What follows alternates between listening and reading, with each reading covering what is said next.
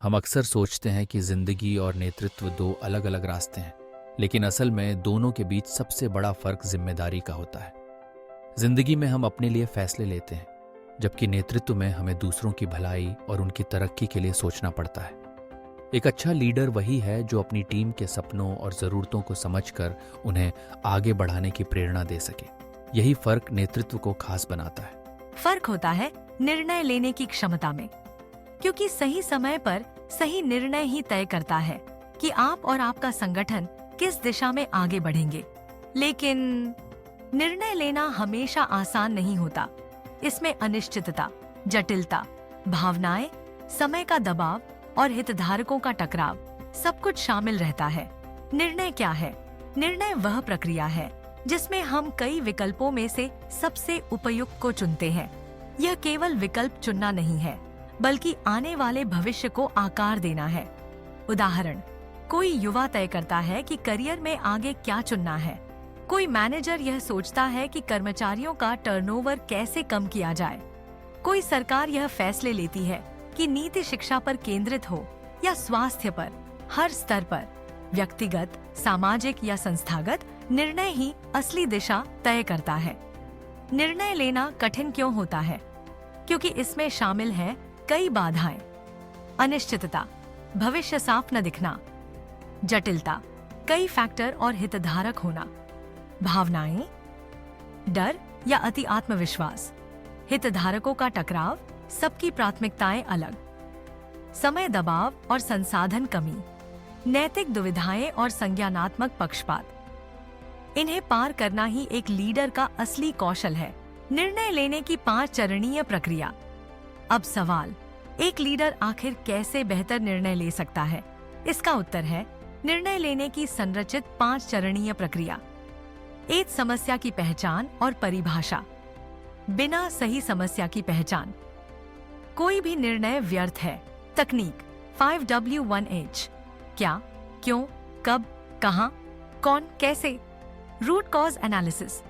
उदाहरण, पिछले 6 महीनों में 20% कर्मचारी नौकरी छोड़ चुके हैं। यह असंतोष कार्य संस्कृति से जुड़ा है। 2, जानकारी संग्रह और विश्लेषण निर्णय। डेटा के बिना अंधा होता है। तकनीक, सर्वे, इंटरव्यू, KPI। पैरेटो विश्लेषण। उदाहरण, सर्वे में पता चला 70% कर्मचारी नेतृत्व शैली और संवाद की वजह से असंतुष्ट हैं। 3, विकल्पों का विकास और मूल्यांकन। हर समस्या के कई समाधान होते हैं, उन्हें सामने लाना जरूरी है। तकनीक, ब्रेनस्टॉर्मिंग, S-कैम्पर, SWOT, डिसीजन मैट्रिक्स। उदाहरण, ट्रेनिंग, वेतन वृद्धि, फ्लेक्सिबल वर्किंग आवर्स। SWOT से पाया ट्रेनिंग का असर सबसे संतुलित और टिकाऊ। 4, सर्वश्रेष्ठ विकल्प का चयन। अब तुलना कर सबसे अच्छा रास्ता चुने। तकनीक, cost benefit analysis, ethical frameworks, priority matrix. उदाहरण, ट्रेनिंग चुना गया क्योंकि यह कम लागत में कौशल और संतुष्टि दोनों बढ़ाता है। पिछला 5 निर्णय का कार्यान्वयन और मूल्यांकन केवल चुनना काफी नहीं। असली नेतृत्व है उसे लागू करना और परिणाम देखना। तकनीक, pilot testing, KPI monitoring, feedback loops. उदाहरण, 3 महीने बाद ट्रेनिंग से टर्नओवर 10% घट गया।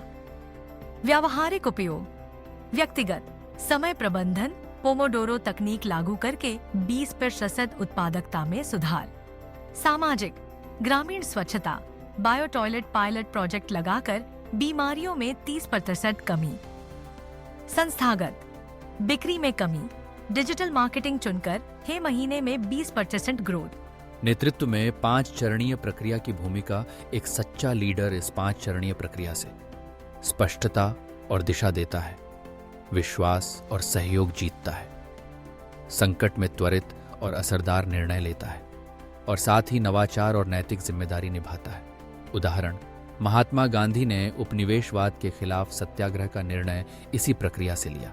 समस्या ए, उपनिवेशवाद जानकारी, ए, जनभावना विकल्प, ए, हिंसा या अहिंसा चयन, ए, सत्याग्रह कार्यान्वयन, ए, नमक आंदोलन और जन आंदोलन। तो याद रखिए, निर्णय केवल विकल्प चुनना नहीं, बल्कि भविष्य गढ़ना है। यह कठिन होता है क्योंकि इसमें शामिल हैं अनिश्चितता, जटिलता और भावनाएं। लेकिन अगर आप इस 5 चरणीय प्रक्रिया को अपनाते हैं तो हर स्थिति में आप स्पष्ट, तार्किक और प्रभावी फैसले ले पाएंगे। और यही बनाता है आपको एक सच्चा लीडर।